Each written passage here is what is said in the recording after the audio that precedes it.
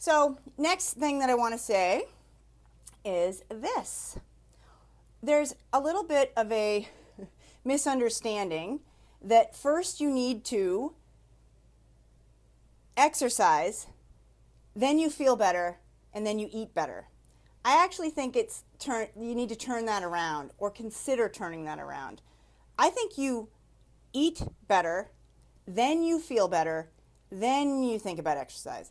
I think taking a body that is either overfed or, undernourished or whatever, and pounding on it is silly. I just think it's a recipe for illness, injury, burnout, disappointment. So I really think that the order of things is you get your food organized. That makes you feel better. You feed your brain. You want to do better. Your guts get going better. You sleep better. You organize your hormones. Everything gets better when your food gets better.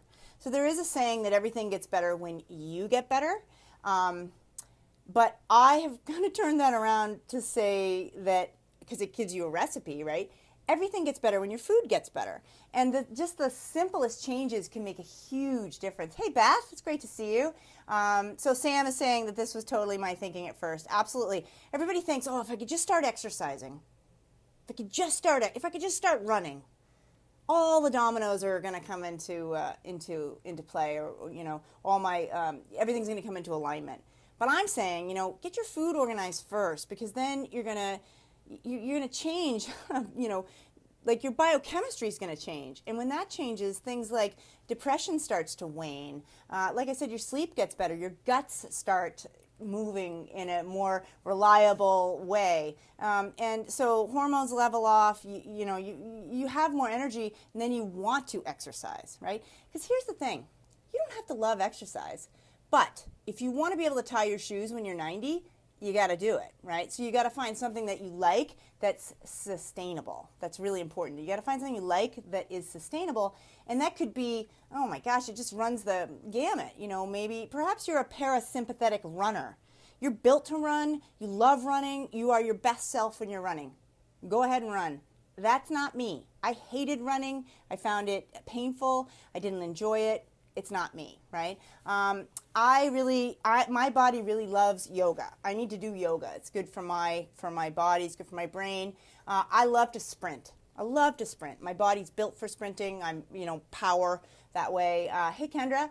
So you got to find something you like. That's really, really, really important. But I wanted to say that most people think you need to start with, you need to start with exercise and then get your food organized. No, start with your food.